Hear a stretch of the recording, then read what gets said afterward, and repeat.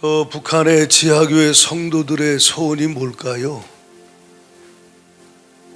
마음껏 우리처럼 이렇게 찬송 부르고 소리 높여 부르짖어 기도하고 예수 이름 높이세, 예수 이름 높이세, 모든 이에 뛰어난 이름, 그 이름을 목 놓아 외치며 부르짖으며 찬송하고 예배하는 것이겠지요. 그들의 소원 아닐까요? 근데 우리는 그들의 소원이 지금 현실을 살고 있어요.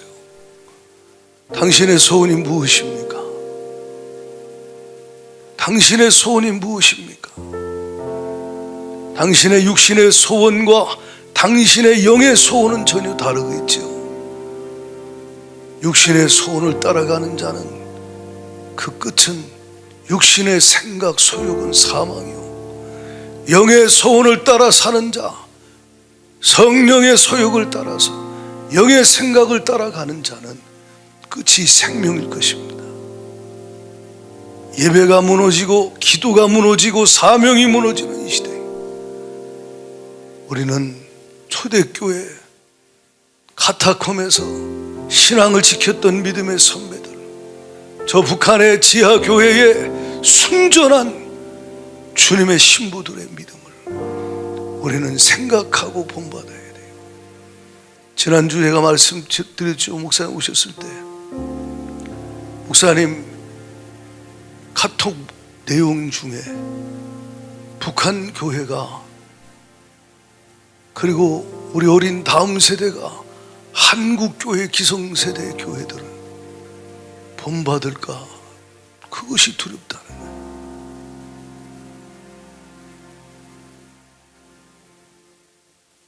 저 청교도들 영국에서 신앙의 자유를 찾아 미국으로 가죠. 스코틀랜드의 언약도들 신앙을 지키기 위해, 예배를 사수하기 위해 순교하고 하나님 앞에 제물로 드려집니다. 저 프랑스의 위그노들도 마찬가지였어요.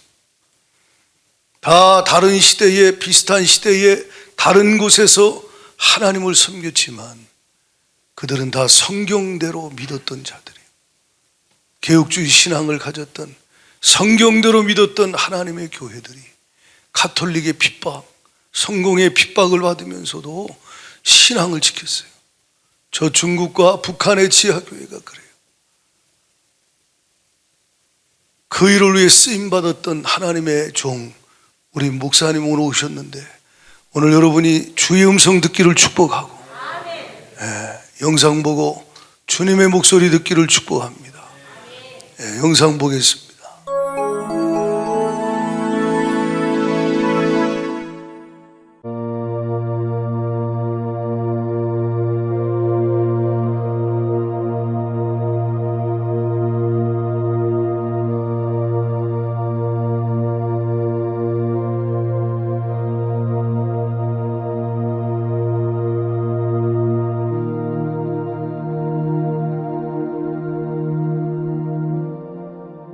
위그노는 프랑스의 프로테스탄트, 즉 개신교 신자들을 통틀어 일컫는 말입니다.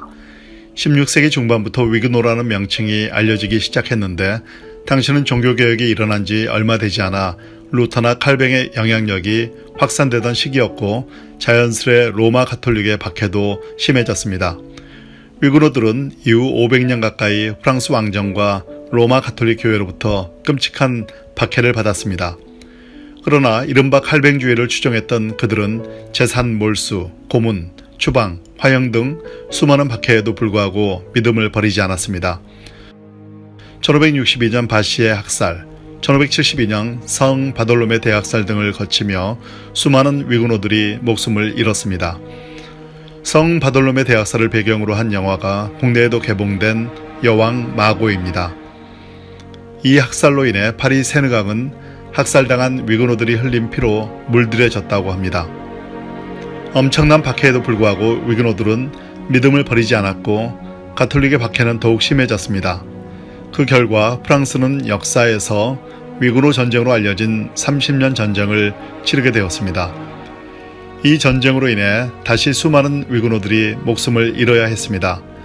전쟁의 결과 1598년 프랑스 왕 앙리 4세가 위그노들의 신앙 자유를 허용한 낭트 칙령을 선포하기에 이르렀지만 1685년 루이 14세가 낭트 칙령을 철회하는 퐁텐블로 칙령에 사인함으로써 위그노에 대한 박해는 재개되었습니다. 위그노들은 다시 신앙의 자유를 박탈당했고 같은 위그노들 간의 결혼은 허용되지 않았으며 죽은 위그노 교도들의 장례조차 불가능할 정도로 박해는 극심했습니다. 이런 박해로 인해 가톨릭으로 전향한 위그노들도 있었지만 많은 위그노들은 동굴이나 광야로 피해 비밀리에 예배를 드렸습니다. 수세기에 걸친 무자비한 박해 속에서도 위그노들은 믿음을 버리지 않고 예배자의 삶을 살며 신앙을 보존해 지금에 이르게 했습니다. 당시 프랑스에서 위그노로 산다는 것은 모든 희생을 각오하고 생명까지 던질 수 있다는 것을 의미했습니다. 오직 믿음을 지키기 위해서 말입니다. 그들은 어떤 경우에도 예배를 포기하지 않았습니다. 산꼭대기에서 망을 보는 파수꾼을 두고 비밀리에 예배를 드렸으며 광야에서 예배를 드리기 위해 분해와 결합이 가능한 이동식 강대상과 성찬 용기를 마련할 정도였습니다. 그야말로 예배에 생명을 걸었던 것입니다. 이 점은 현재를 사는 우리에게 시사하는 바가 큽니다. 우리는 지금 코로나 바이러스로 인한 팬데믹으로 대면 예배 대신 온라인을 통한 비대면 예배를 드리고 있습니다. 위그노와는 상황이 다르지만 코로나 바이러스라는 새로운 종류의 도전 속에서 믿음을 지키기 위해 노력하고 있습니다. 그런데 과연 예배에 대한 우리의 자세는 어떠한지 자문해 봅니다. 우리는 위그노처럼 간절한 마음으로 오직 한 분의 청중이신 하나님께 진심으로 예배를 드리고 있는지 말입니다. 위그노들, 그들은 어떻게 생명을 걸고 믿음을 지킬 수 있었을까요? 최근 위그노 전문가인 파리 선한 장로교회 성원영 목사는 위그노처럼이란 책을 썼습니다. 성 목사는 지난 25년 동안 위그노들의 흔적을 찾아 프랑스 전역의 현장을 발로 밟으며 그들을 추적하고 연구했습니다. 성 목사의 25년 위그노 연구의 결과가 위그노처럼이란 책으로 나온 것입니다. 성 목사는 이 책에서 우리가 위그노에게 배워야 할 10가지 교훈을 제시했습니다. 10가지 교훈은 용기를 내라, 고난을 감당하라, 저항하라, 디아스포라의 삶을 살라, 개혁자로 서라, 똘레랑스하라, 5개의 솔라를 기억하라, 참된 프로테스탄티즘을 추구하라, 교회를 교회되게 하라, 주 안에서 행복하라 입니다. 여기서 주목되는 점이 위그노들의 저항 정신입니다. 그들은 믿음을 지키기 위해 모든 비본질적인 것들, 즉 믿음의 반대편에 있는 것들에 생명을 걸고 저항했습니다. 1557년 위그노들이 생자크 거리에 있는 건물에 숨어 예배를 드리다 습격을 받아 120명의 위그노들이 감옥에 갇혔습니다. 그들은 지하 감옥에 갇혀서도 기도하기를 그치지 않았습니다. 그들 중 9명이 화형을 당했는데 그 9명 모두 당당하게 믿음을 선포하며 불길로 들어갔다고 합니다. 당시 23세의 미망인이었던 그라브롱 부인은 화형대 장작더미에 오를 때 하얀 드레스를 입고 면사포를 썼습니다. 그동안 남편의 죽음을 슬퍼하며 상복을 입고 있었던 그녀는 죽음을 기쁨으로 맞이하며 주 예수 그리스도와의 혼인 예식에 들어가는 신부의 모습으로 자신을 단장했던 것입니다. 장작에 불이 붙고 불꽃이 타오르자 순교자들은 하늘을 향해 얼굴을 들고 마지막 순간까지 자신들이 지닌 믿음의 견고함과 영혼의 순결함을 증언했습니다. 프랑스 개신교인들의 마음에 위그노의 상징적 인물로 자리잡은 신앙의 영웅이 있습니다. 바로 마리 뒤랑으로 우리나라의 주기철 목사님이나 손양원 목사님 같은 인물입니다. 위그노 신도였던 그녀는 신앙과 양심의 자유를 위해 저항하면서 38년 동안 콩스탕스 감옥에 갇혀 살았습니다. 뒤랑은 감옥에서도 예배자의 삶을 견지했습니다. 그녀는 감옥 안에서 함께 생활하던 동료들을 돌보고 그들을 믿음으로 이끌었습니다. 그녀가 들어가자 감옥은 예배당이 되었던 것입니다. 그녀를 상징하는 단어가 바로 저항하라는 뜻의 레지스테입니다. 뒤랑은 콩스탕스 감옥 중심에 있는 물을 길어 올리는 구멍 주위에 이 레지스테라는 단어를 새겼습니다. 비진리에 저항하고 양심의 자유를 지키기 위해 저항하고 복음을 위해 저항하라는 말입니다. 그 글을 매 순간 바라보면서 그녀는 고통스러운 삶과 가톨릭의 회유 앞에서 흔들리는 자신을 다시 세우고 방황하는 동료들의 마음을 붙들어 주었습니다. 그녀가 돌에 새긴 레지스테는 이후 프랑스 개신교인들의 영혼에 새겨졌고 그것은 개신교 신자들의 좌우명과 정체성이 되었습니다. 그 정신으로 위그노들은 양심의 자유를 따라 살며 세상을 변화시키는 용감한 자들이 되었습니다. 레지스테의 명사형은 레지스탕스입니다. 뒤랑이 레지스테를 새긴 지 200년이 지난 20세기 중반에 레지스테는 프랑스 현대사의 자존심을 지켜낸 레지스탕스의 유래가 되었습니다. 위그노의 정체성을 나타내는 상징 가운데 하나가 망치와 모루입니다. 망치와 모루는 대장장이가 사용하는 연장으로 대장장이는 불에 달궈진 쇠를 모루 위에 올려놓고 망치로 사정없이 두드리면서 자신이 원하는 모양을 만들어냅니다. 망치와 모루 사이에 놓였다는 것은 피할 수 없이 대단히 고통스럽고 위험한 상황에 놓여 있다는 표현으로 그림 속에 망치질을 하는 세 사람은 위그노를 박해하는 세력을 의미하고 그들의 망치질은 박해를 상징합니다. 그림의 둘레에 기록된 문장은 아무리 망치질을 해도 쇠는 결코 닳아 없어지지 않는다는, 결국은 망치만 닳아 없어지게 될 것이라는 뜻입니다. 위그노들의 불굴의 정신을 잘 표현하는 상징입니다. 위그노들의 믿음의 본질을 지키기 위한 불굴의 사례들은 수없이 많습니다. 위그노 성지인 남프랑스에 있는 광야 박물관에는 고문으로 시달린 한 위그노 신자의 짧은 기도문이 간단한 그림과 함께 전시되어 있습니다. 성은영 목사는 그 기도문을 사진으로 찍어 보관하며 수시로 꺼내 읽으며 믿음을 다진다고 합니다. 거기에는 이렇게 쓰여 있습니다. 주님이시여, 저로 하여금 저를 묶고 있는 쇠고리를 혼인 반지로 보게 하소서. 그리고 저를 끌고 가는 이 사슬을 당신의 사랑의 사슬로 보게 하소서. 위그노처럼의 저자 성원영 목사는 한국 교회의 미래는 위그노에게 답이 있다고 단언합니다. 또한 포스트 코로나 시대를 맞는 한국 교회의 해법도 위그노에서 찾을 수 있다고 말합니다. 그렇습니다. 위그노처럼 살면 됩니다. 이 땅의 크리스찬들이 다른 거 생각하지 않고 모든 믿음의 비본질적인 요소에 레지스테, 즉 저항하면서 오직 주님만 바라보고 예배자의 삶을 산다면 한국 교회는 다시 부흥할 것입니다. 바라기는 위그노처럼 책을 읽으시기 바랍니다. 그리고 위그노처럼 살기 바랍니다. 마지막으로 성은영 목사의 고백을 들어보겠습니다. 저도 위그노처럼 살고 싶습니다. 사랑하는 우리 교우들이, 한국교회 성도들이 위그노처럼 살기 바랍니다. 하나님은 25년 전에 운명처럼 불어 한마디 할 줄 모르던 저를 파리로 보내셨습니다.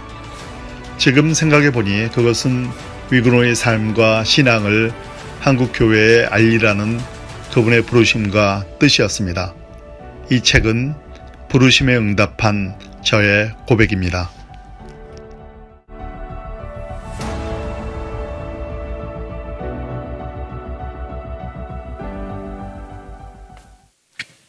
성경 한 군데를 더 찾아 읽겠습니다. 에베소서 3장 1절입니다. 에베소서 3장 1절입니다. 제가 읽는 것은 북한 언어로 읽습니다. 이 까닭에 너희 이방인들을 위하여 그리스도 예수의 죄수가 된 나 바울은 너희를 위하여 나에게 맡겨진 하나님의 은혜의 청지기 직분에 대하여 너희가 들은 줄 짐작하노니 그 비밀이 어떻게 계시를 통하여 나에게 알려졌는지를 내가 이미 너희에게 짤막하게 썩듯이 그것을 읽어보면 그리스도의 비밀에 대한 나의 깨달음을 너희가 이해할 수 있으리라. 넘어가서 7절에 6절에 그 비밀은 이방인들이 복음으로 말미암아 그리스도 예수 안에서 함께 상속자가 되고 한 몸의 지체가 되어 함께 약속에 참여하게 된다는 사실이다. 이 복음을 위하여 내가 하나님의 능력의 역사로서 내게 주어진 하나님 은혜의 선물을 따라 종이 되었으니 모든 성도 중에 가장 작은 자보다 못한 나에게 이 은혜가 베풀어진 것은 그리스도의 측량할 수 없는 풍성함을 이방인들에게 전하려 하시며 만유를 창조하신 하나님 안에 영원전부터 감춰졌던 비밀의 경륜이 무엇인지를 모든 사람으로 보게 하심이니 이제 교회를 통하여 하나님의 온갖 지혜가 하늘에 있는 통치자들과 권세들에게도 알려지게 되었다. 이것은 우리 주 그리스도 예수 안에서 하나님이 이루신 그 영원한 목적에 따른 것이니 그리스도 안에서 우리가 그에 대한 믿음을 통하여 담대함과 확신을 가지고 하나님께 나아갈 길을 얻었다. 그러므로 내가 구하노니 너희는 너희를 위하여 내가 고난하는 고난 때문에 낙심하지 말라. 그것이 너희 영광이기 때문이다. 13절까지 받들어 읽었습니다. 잠깐 기도하겠습니다. 하나님 아버지, 오늘 우리들로 예배할 수 있는 시간과 공간과 또 기회를 주신 것을 감사합니다. 우리로 아버지라 부를 수 있는 공개해서 하나님 아버지라 부를 수 있는 복을 주셨사오니 저희들로 누리게 하시고 뜻하신 바 아름다운 그 계획들을 감당해 나가는 저희들이 되도록 은혜를 더하여 주옵소서. 우리 주 예수 그리스도의 이름으로 기도하옵나이다. 아멘. 지난번에 와서 말씀을 드렸던 것 같이 생각이 되는데요. 병행 성경, 지금 우리 목사님이 소개한 병행 성경을 저희들이 원래 계획은 10,000권을 찍으려고 했습니다. 그런데 경제적인 어려움이 있어서 4,000권만 일단 찍었고요. 그리고 저희가 보내는 성경을, 중국에 보내는 성경이나 북한에 보내는 성경을 뒤에서 후원하는 선교기관들이 미국에 있는데 그분들이 대노하셨어요. 북한의 성도들이 20만 명이 넘는다면서 성경을 10,000권만 찍으면 어떡하냐고. 이게 한국인들이 화를 내는 게 아니에요. 미국 교회 성도들이 너무너무 화를 내면서 20만 권 찍어. 우리가 10만 권은 우리가 해서 보낼 테니 너희들은 10만 권을 해. 너희들은 안 하고 그냥 받아만 먹을 수는 없으니까 10만 권. 그러니까 합해서 20만 권을 찍도록 미국의 성도들이 열심을 내기 시작했습니다. 저는 이걸 보면서 한편으로 부끄럽기도 하고 한편으로는 이게 그리스도적인 사고로구나. 이게 남의 나라, 다른 민족, 다른 언어, 또는 다른 종족으로 생각하는 게 아니라 하나님의 나라, 하나님의 나라로 분석할 줄 아는 지혜들이 그들에게 있더라는 것이죠. 오늘 제가 읽은 에베소서 3장 1절에 저를 감동시킨 단어가 있습니다. 에베소서 3장 1절에 있는 말씀, 1절의 말씀과 몇 절을 좀 생각해 보려고 합니다. 3장 1절 북한 언어는 이렇게 해석을 했어요. 이 까닭에 너희 이방인들을 위하여 그리스도 예수의 죄수가 된 나 바울은 죄수라고 표현을 했습니다. 여러분 아셔야 될 것은 일본어 성경을 가지고 읽을 수 있는 분들은 몇 분 안 되실 거죠. 나이가 아주 많은 분들을 빼놓고는, 또 특별히 일본어를 공부한 분들 빼놓고는 이것은 알 방법이 없습니다. 마찬가지로 북한에 있는 성도들이 놀랍게도요, 우리 남한 성경을 읽으면서 도저히 요해가 안 됩니다. 그래. 이해란 말을 요해라고 그래요. 요해가 안 됩니다. 그래서 제가 그 말에 도전을 받고, 이거 안 되겠구나. 북한 말로 번역을 해야 되겠구나. 그런데 솔직한 말로 저는 헬라어나 히브리어의 능력이 전혀 없어요. 겨우 신학교를 졸업한 수준이고요. 또 목사고시 시험에도 떨어졌던 사람이 바로 저고요. 도저히 있을 수가 없는 일을 지금 제가 생각을 하면서 이거 북한말로 번역을 해야 되겠다. 말뿐이지 가능하지 않잖아요. 저로서는 가능하지 않아요. 그런데 제가 이 사역을 하면서 발견한 게 하나 있어요. 내가 못한다고 그래서 하나님도 못하시는 건 아니더라고요. 요 말이 그냥 넘어가지 마세요. 내가 못한다고 그래서 하나님도 못하시는 게 아니고, 하나님이 하실 수 있는 분들을 하나님이 준비해 놓으신 것을 발견하는 것은 제 책임이에요. 그죠? 이게 장난이 아니더라고요. 갑자기 제가 제 이야기를 듣고, 북한 성도의 이야기를 듣고 미국으로 돌아가서 사무실에서 그냥 중얼중얼거렸어요. 제가 귀가 나쁘기 때문에 말을 크게 하게 마련인데, 크게 뭐라고 그랬느냐면, 야, 이걸 내가 어떻게 하냐? 어떻게 내가 히브리어로 헬라어로 원어에서 성경을 번역을 하냐고 라고 하는 말을 했습니다. 그런데 그 뒤에 듣고 있던 목사님 한 분이, 목사님 지금 뭐라고 그러셨어요? 그래서 왜요? 목사님 지금 헬라어로 성경을 번역하는 이야기를 하셨는데, 그래서 예. 그랬더니 그분이, 제가 헬라어 전문가입니다. 그래요. 우리 사무실에 있으면서 그런 일을 하실 수 있다는 사실을, 제가 다른 일을 하고 계셨기 때문에, 그래서 그분에게 맡겼더니 그분이 헬라어에서 성경을, 여러분 잘 아셔야 돼요. 여러분 갖고 있는 성경은 헬라어에서 번역된 게 아니에요. 미안합니다. 한국 교회는 이걸 기분 나쁘게 생각하겠지만, 한국에 있는 성경은 중국어, 일본어, 영어, 러시아를 통과해서 만들어져 들어온 성경이 한글 성경이에요. 물론 중간중간에 여러분들이 손을 대기는 했지만은 놀라지 마세요. 이게 너무 답답한 얘기예요. 히브리어도 마찬가지고요. 그런데 이분이 무슨 생각을 했느냐면, 주영훈 교수하고 여러분들과 관계된 분들이 관계가 돼서 이것을 우리말로 번역을 하되 북한말로 번역을 하자. 저는 그 말을 듣고요, 얼마나 흥분했는지 몰라요. 왜? 북한이 얼마나 복받은 나라인지를 아셔야 돼요. 그들의 언어로 원어에서 성경을 번역해서 그들에게 줄 수 있었다. 이건 큰 축복이잖아요. 너무 감사하고, 그래서 그걸 돈을 많이 들여서 이거는 누가 도와줄 수 있는 일들이 아니기 때문에 그냥 헌금이 조금씩 들어오는 걸 가지고 이 일을 시작을 해서 성경 번역을 마쳤습니다. 그랬더니 이제 또 뭐라고 제안이 들어오느냐 하면, 이거를 북한 말과 남한 말을 비교해서 성경을 인쇄하면 좋겠다.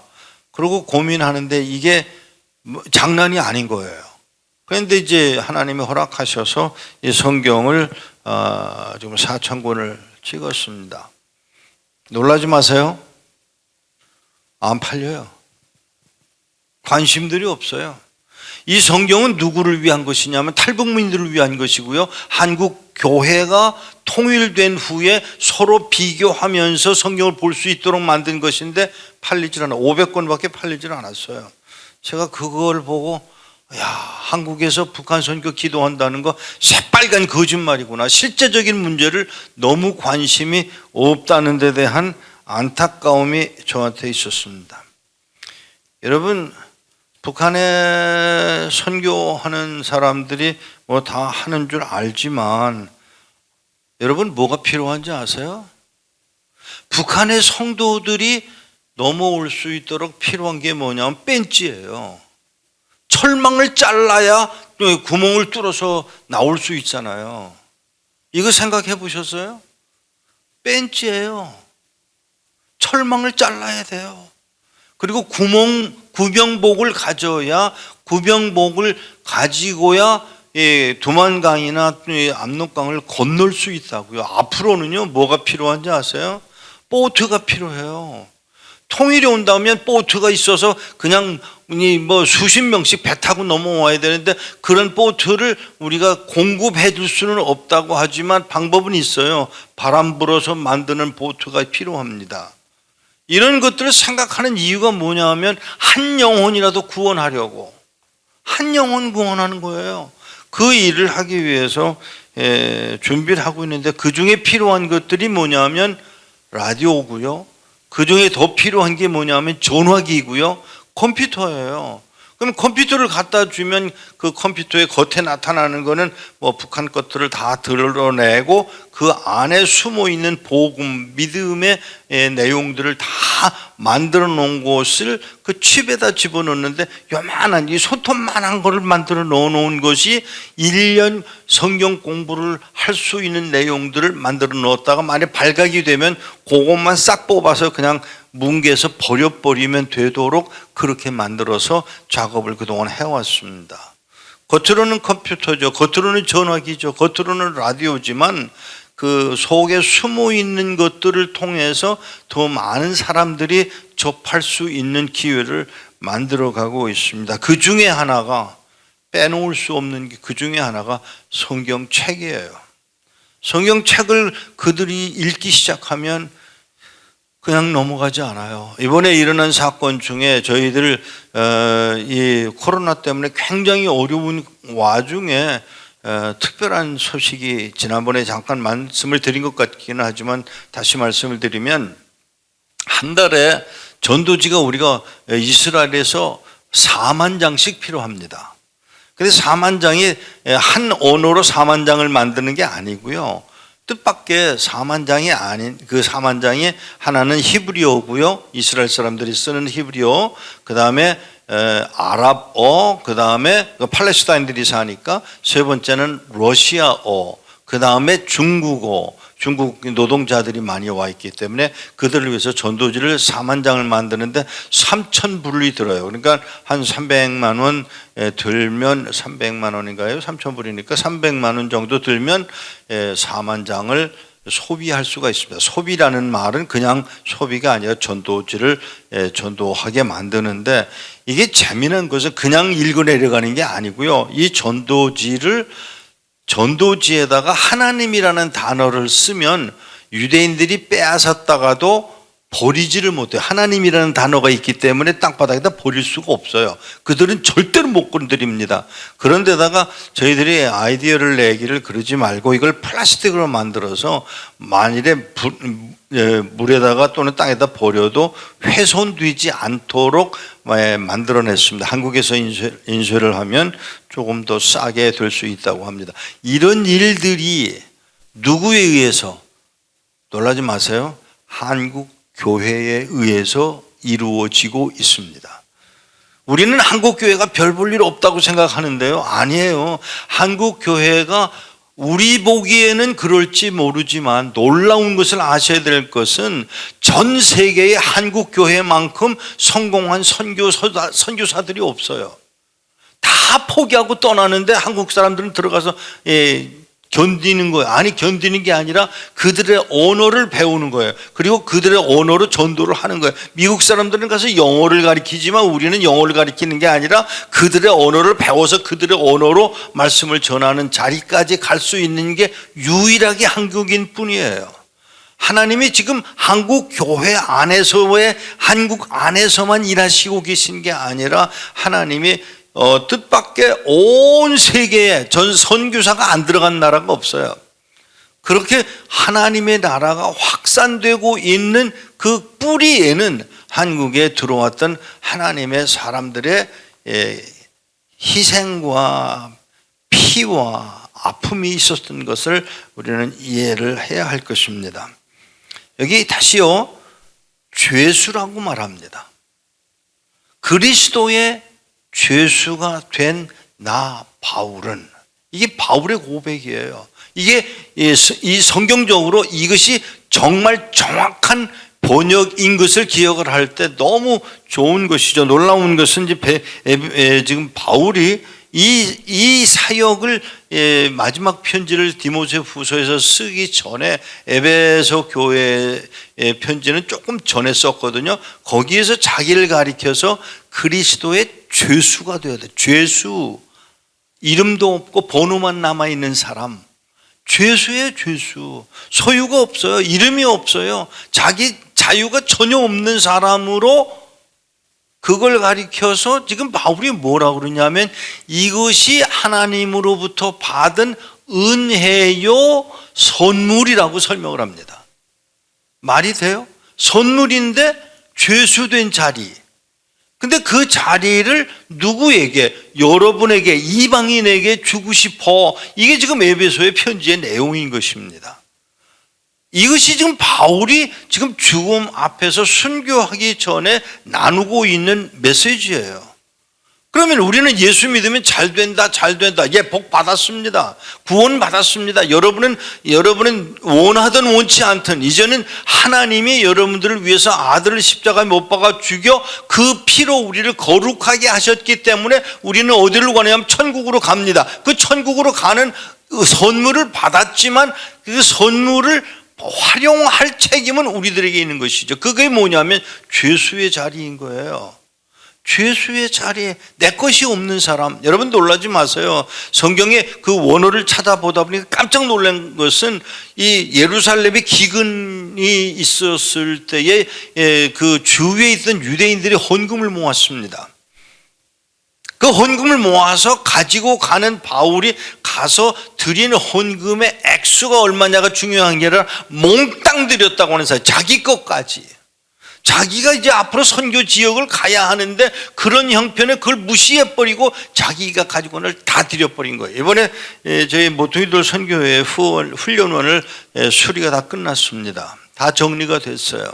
근데 그 정리가 되기 전에 처음에 그 수리를 하는 중에 창문이 74개인데 74개의 창문을 다 고치려고 보니까 자그마치 1억 2천만 원이 드는 거예요.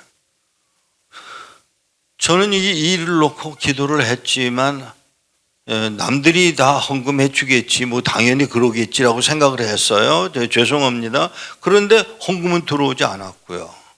근데 어떤 분이, 장로님 한 분이 내가 할 수 있는 데까지 할게요. 그래서 이 시작이 돼가지고 수리를 시작하는데 하나님이, 제가 이제 기도를 하면서 하나님 나는 어떡하죠? 기도했는데 다 드려.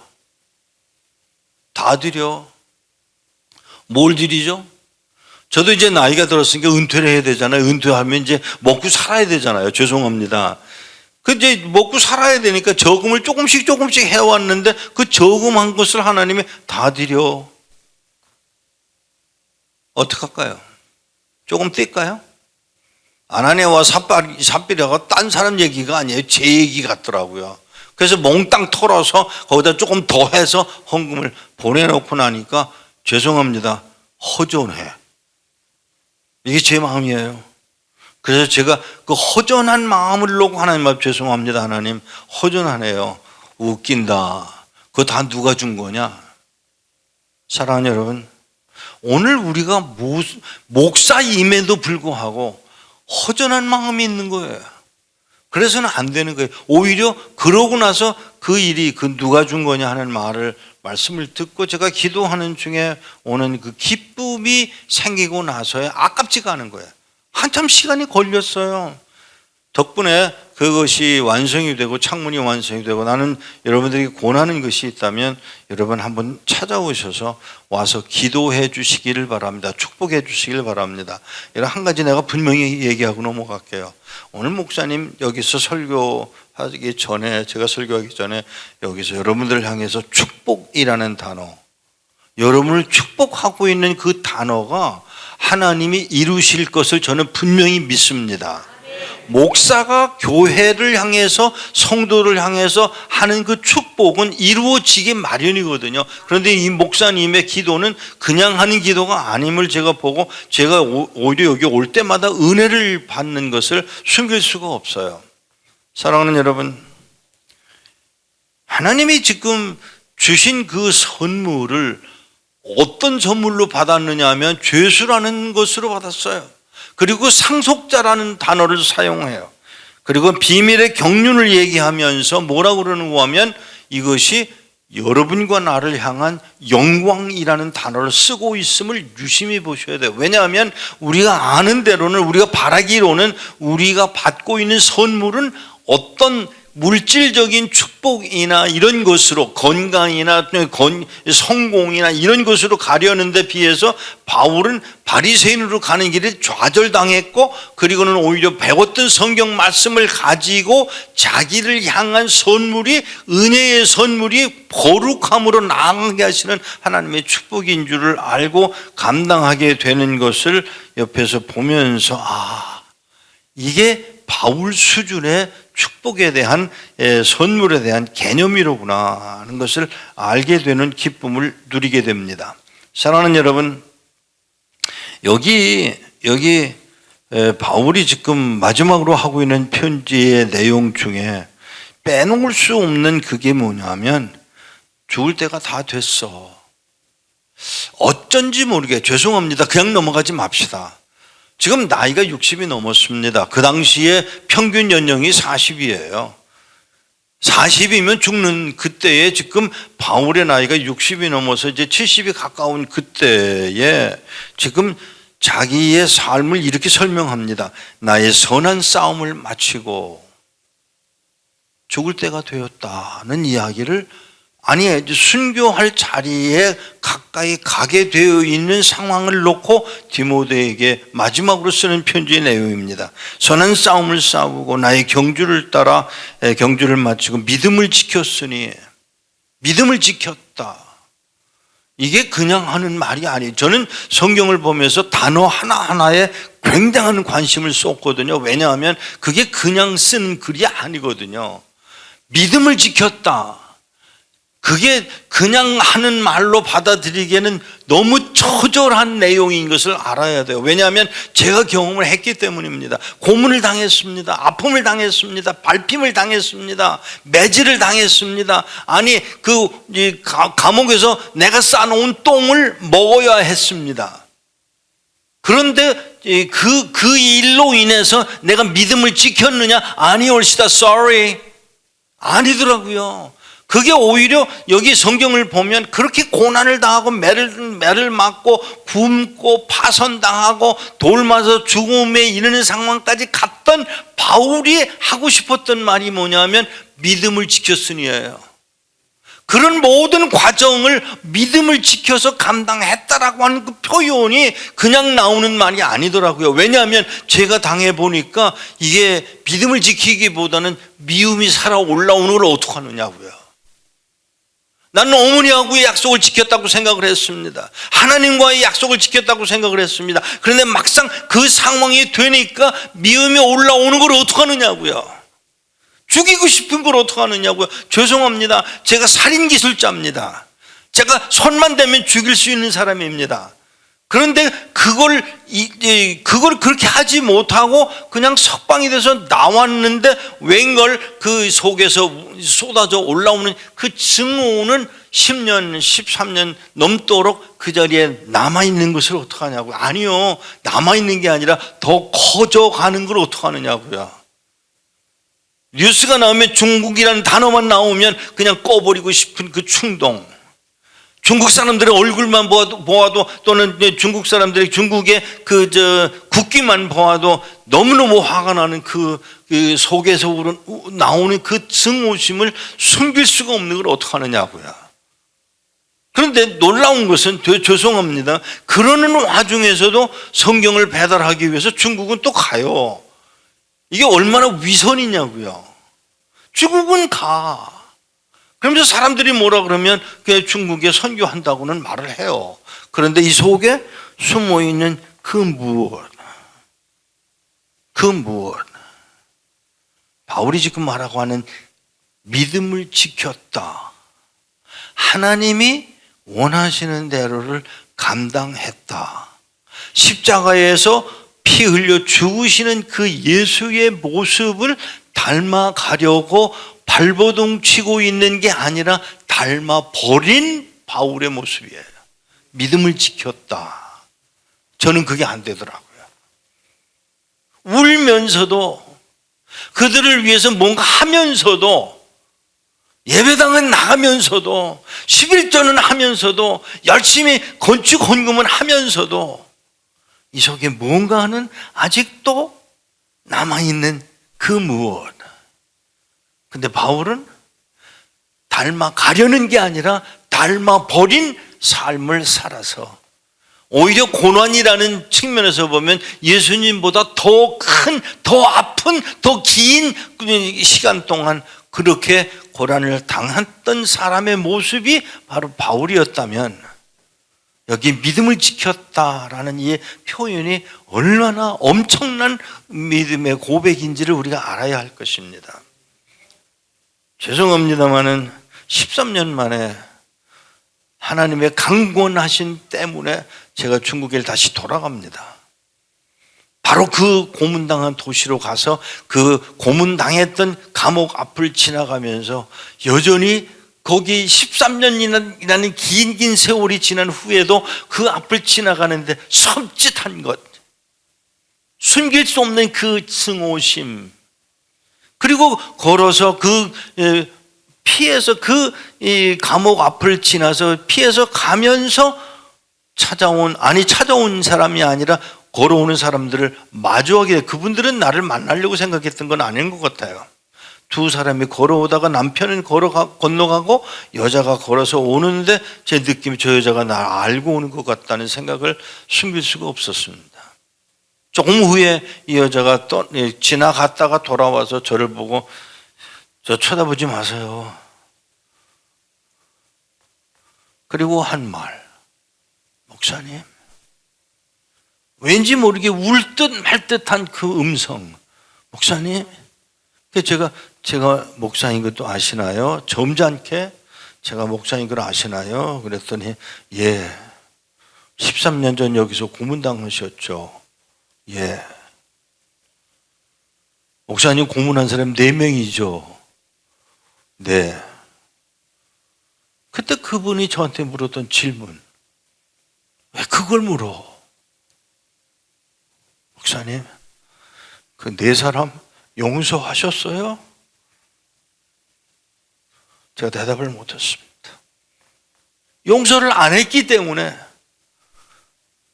그 말을 할 수가 없어서 그냥 우물우물 하니까 목사님을 고문하는 사람 중에 한 사람, 저 길 건너 서 있는 파란 옷 입고 나무 밑에 서 있는 저 남자, 목사님을 가장 심하게 고문했던 놈이 저놈이에요. 매일같이 술 먹고 들어와서 나를 때리던, 나를 매질하던 저놈이 그날은 술도 안 먹고 그냥 와서 하는 말이 나하고 예배당 가자. 그래서 그 말을 듣고 너무 큰 일 저질렀구나. 그러지 않고야 어떻게 예배당을 가자고 그래. 예배당 가자. 그래서 무슨 일이 있건 말건 한번 그래도 좀 이상한 일이니까 한번 가겠다고 따라서 남편을 따라 교회를 갔습니다. 그리고 거기서 예수를 영접합니다. 아니 그걸로 끝나지 않아요. 그가 13년 동안에 교회에서 열심히 일하더니 지금 목사가 됐어요. 지금 아멘이라고 그러셨죠? 저는 아멘이라는 말이 안 나오더라고요. 오히려 화가 나는 거야. 아니 그 새끼 목사 만들려면 그냥 만들지. 나는 뭐냐고. 하나님 앞에 항의를 했습니다. 하나님 난 뭐예요 나는. 아니 그 새끼 목사 만들려면 그냥 만들지 왜 나를 고문케 하고 나는 병신되게 하고 정신이 이상하게 만들고 똥을 먹게 만들고서야 이 일을 진행하신 이유가 뭐냐고 제가 항의를 했습니다. 용서할 수 없느냐는 하나님의 음성을 들었습니다. 내 아들을 죽여서라도 너희들을 거룩하게 해서 천국에 데려가고자 하는데 그 열심을 이해를 하느냐고 묻는 질문에 하나님 죄송해요. 나는 안 돼요. 안 되냐? 예, 안 돼요. 해야 해. 사랑하는 여러분, 주님이 오늘 여러분과 나를 향하신 그 뜻이 여기까지 요구된다는 사실을 바울이 지금 에베소 3장 1절에 기록한 죄수된 예수 그리스도의 죄수된 나 바울. 사랑하는 여러분, 디모데후서 4장에 기록되는 나 믿음을 지켰다라는 그 단어와 정말 무서운 단어구나 싶어요. 바울은 지켰습니다.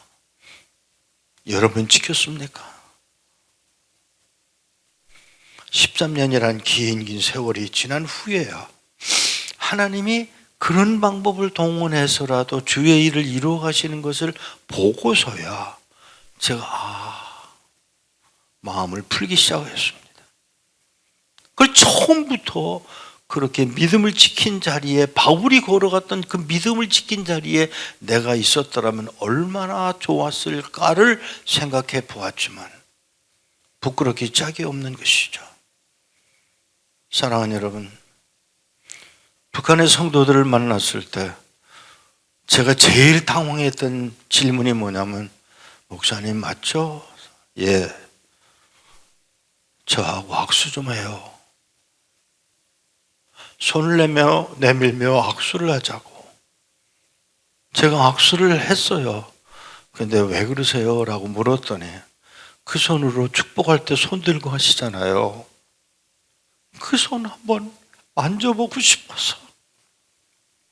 목사의 축복하는 그 손 한번 만져보고 싶어하는 성도들의 그 심정을 Do we understand that? 우리는 이해를 하고 있느냐고요. 목사님 사진 찍네? 예. 그 사진기 가지고 예배당 문고리 좀 찍어서 가지고 와 그래요. 그건 왜요? 그거라도 보며 마음에 위로받고 싶다고. 예배당 문고리라도 보고 사진으로라도 보고 위로받고 싶어하는 성도들이 있어요. 아마 모르긴 몰라도 바울이 지금 하고 싶은 이야기가 그거 아닐까요? 내가 당한 이 고통, 이 아픔, 고린도후서 11장에 나오는 자기가 당했던 그 모든 이야기들을 어떻게 설명하고 싶어 하느냐 하면 지금 얘들아 이건 다 지우고 이건 다 끝났고 이 그리스도의 죽음의 길이 너로 나로 그리스도의 상속자가 되게 하기 위한 하나님의 방법인 줄 알고 순종하자고 권고하고 있는 하나님의 음성으로 들으시게 되기를 축복합니다. 고난의 길입니다. 눈물의 길입니다. 내 것은 없습니다. 하나님 앞에서 끊임없이 주의 뜻을 따라 긍휼함을 입는 여러분과 내가 되어지기를 축복합니다. 믿음을 지켜 가십시다. 기도하겠습니다. 하나님 아버지,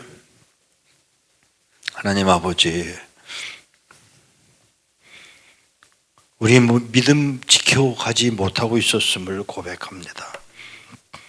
그럼에도 불구하고 우리로 여전히 기회를 주시는 하나님 아버지, 오늘도 기회를 주어서 예배하게 하시고 입술을 열어 찬양하게 하시고 또 하나님의 아버지의 이름을 부르게 하셨음을 감사합니다.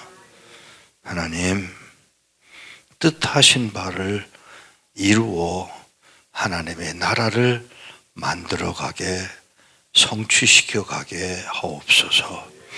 우리 주 예수 그리스도의 이름으로 기도하옵나이다. 아멘.